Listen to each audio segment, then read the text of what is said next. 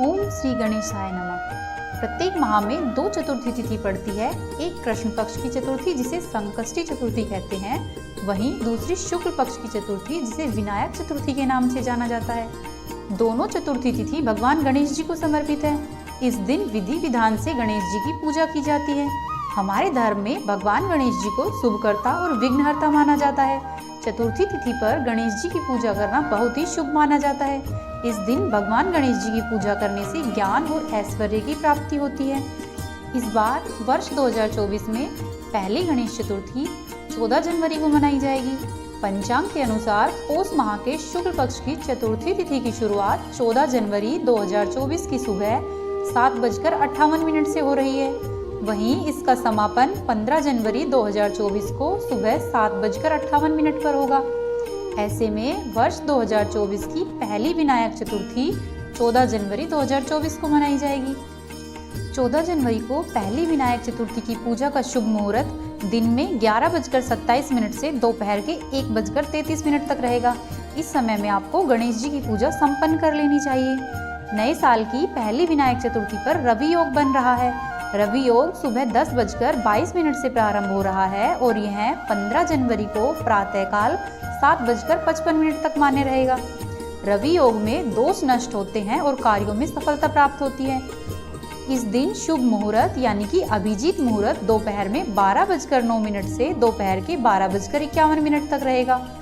विनायक चतुर्थी के दिन पंचक और भद्रा लग रही है। विनायक चतुर्थी को पूरे दिन पंचक रहेगा, वहीं शाम को 6:27 से भद्रा लगेगी, जो कि अगले दिन 15 जनवरी को प्रातःकाल 4:58 तक रहेगी। इस भद्रा का वास धरती पर है, इस वजह से भद्रा काल में कोई भी शुभ कार्य नहीं करे। विनायक चतुर्थी के दिन राहु काल शाम को 4:26 से शाम को 5:45 तक है। राहु काल में भी कोई शुभ कार्य नहीं किया जाता है। विनायक चतुर्थी के दिन सुबह उठकर स्नान आदि से निवृत्त होकर साफ वस्त्र पहन ले। गणेश जी के सामने प्रार्थना करते हुए व्रत का संकल्प लें। इसके बाद गणेश जी की मूर्ति को एक चौकी पर स्थापित करें और उनका अभिषेक करें। भगवान गणेश को चंदन का तिलक लगाए, वस्त्र, कुमकुम, धूप, दीप, लाल फूल, अक्षत, पान, सुपारी आदि अर्पित करें। कहते हैं गणेश जी को मोदक और दुर्वा अत्यधिक प्रिय है। ऐसे में उनकी कृपा पाने के लिए विनायक चतुर्थी के दिन मोदक या लड्डू का भोग जरूर लगाए और गणेश जी को दुर्वा अवश्य ही चढ़ाए। साथ ही गणेश जी को तुलसी दल अर्पित नहीं करने चाहिए। परिवार की तरक्की एवं उन्नति के लिए विनायक चतुर्थी के दिन मूसक पर सवार गणेश जी की मूर्ति या तस्वीर की पूजा करें। इससे आपकी सभी मनोकामनाएं पूर्ण होगी। भगवान गणेश को मोदक प्रिय है, ऐसे में विशेष मनोकामनाओं की पूर्ति के लिए गणेश जी को मोदक का भोग लगाए, इससे आपकी मनोकामना पूरी होगी।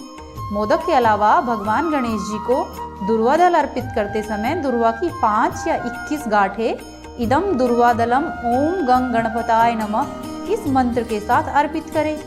विनायक चतुर्थी के दिन पूजा के समय गणेश जी को लाल सिंदूर का तिलक लगाए और उसी से स्वयं का भी तिलक करें। इस दिन पूजा के समय गणेश जी को शमी के पत्ते अर्पित करें, इससे गणेश जी प्रसन्न होंगे और साथ ही आपकी मनोकामना भी पूरी करेंगे। आइए कथा शुरू करते हैं। पौराणिक एवं प्रचलित कथा के अनुसार एक बार देवता कई विपदाओं में घिर गए, तब वे मदद मांगने के लिए भगवान शिव के पास आए। उस समय शिव जी के साथ कार्तिकेय तथा गणेश जी बैठे हुए थे। देवताओं की बात सुनकर शिव जी ने कार्तिकेय व गणेश जी से पूछा कि तुम दोनों में से कौन देवताओं के कष्टों का निवारण कर सकता है। तब कार्तिकेय व गणेश जी दोनों ने ही स्वयं को इस कार्य के लिए सक्षम बताया। इस पर भगवान शिव ने दोनों की परीक्षा लेते हुए कहा कि तुम दोनों में से जो भी सबसे पहले पृथ्वी की परिक्रमा करके आएगा वही देवताओं की मदद के लिए जाएगा। भगवान शिव के मुख से यह वचन सुनते ही कार्तिकेय अपने वाहन मोर पर बैठकर पृथ्वी की परिक्रमा के लिए निकल गए। परंतु गणेश जी सोच में पड़ गए कि वह चूहे के ऊपर बैठकर सारी पृथ्वी की परिक्रमा करेंगे तो इस कार्य में उन्हें बहुत अधिक समय लग जाएगा। तभी उन्हें एक उपाय सूझा। गणेश जी अपने स्थान से उठे और अपने माता पिता की 7 बार परिक्रमा करके वापस आकर बैठ गए। जब परिक्रमा कर कार्तिकेय भगवान वापस लौटे तो वे स्वयं को विजेता बताने लगे। तब शिव जी ने श्री गणेश से पृथ्वी की परिक्रमा ना करने का कारण पूछा। तब गणेश जी ने कहा कि माता पिता के चरणों में ही समस्त लोक है। यह सुनकर भगवान शिव ने गणेश जी को देवताओं के संकट दूर करने की आज्ञा दे दी। इस प्रकार भगवान शिव जी ने गणेश जी को आशीर्वाद दिया कि चतुर्थी के दिन जो भी तुम्हारा पूजन करेगा और रात्रि में चंद्रमा को अर्घ्य देगा, उसके तीनों ताप यानी कि दैहिक ताप, देविक ताप तथा भौतिक ताप दूर होंगे। इस व्रत को करने से व्रतधारी को सभी तरह की सुख सुविधा प्राप्त होगी और उसके जीवन में भौतिक सुखों की प्राप्ति होगी। चारों तरफ से मनुष्य की सुख समृद्धि बढ़ेगी, पुत्र पौत्रादि धन ऐश्वर्य की कोई कमी नहीं रहेगी। श्री गणेश चतुर्थी व्रत की पौराणिक कथा के अनुसार एक बार भगवान शिव तथा माता पार्वती नर्मदा नदी के किनारे बैठे हुए थे। वहां पर माता पार्वती ने भगवान शिव से समय व्यतीत करने के लिए चौपड़ खेलने को कहा।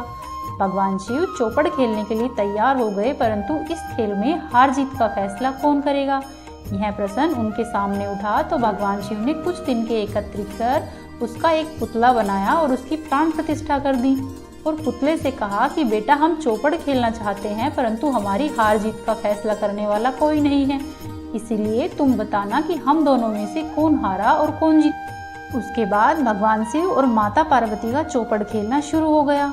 यह खेल 3 बार खेला गया और संयोग से तीनों बार माता पार्वती ही जीत गई। खेल समाप्त होने के बाद बालक से हार जीत का फैसला करने के लिए कहा गया तो बालक ने महादेव जी को विजयी बताया। यह सुनकर माता पार्वती क्रोधित हो गई और क्रोध में उन्होंने बालक को लंगड़ा होने, कीचड़ में पड़े रहने का श्राप दे दिया। बालक ने माता पार्वती से माफी मांगी और कहा कि यह मुझसे अज्ञातवश हुआ है, ऐसा मैंने किसी द्वेष भाव में नहीं कहा। बालक द्वारा क्षमा याचना मांगने पर माता ने कहा कि यहाँ गणेश पूजन के लिए नागकन्याएं आएंगी, उनके कहे अनुसार तुम गणेश जी का व्रत करो, ऐसा करने से तुम मुझे प्राप्त कर लोगे। यह कहकर माता पार्वती शिव जी के साथ कैलाश पर्वत पर चली गई। 1 वर्ष बाद उस स्थान पर नागकन्याएं आई। तब नागकन्याओं से श्री गणेश के व्रत की विधि मालूम करने पर उस बालक ने 21 दिन लगातार गणेश जी का व्रत किया। उसकी श्रद्धा से गणेश जी प्रसन्न हुए। उन्होंने बालक को मनवांछित फल मांगने के लिए कहा। उस पर उस बालक ने कहा, हे विनायक, मुझे इतनी शक्ति दीजिए कि मैं अपने पैरों से चलकर अपने माता पिता के साथ कैलाश पर्वत पर पहुंच सकूं और वे यह देखकर प्रसन्न हो। तब बालक को वरदान देकर श्री गणेश जी अंतर्धान हो गए।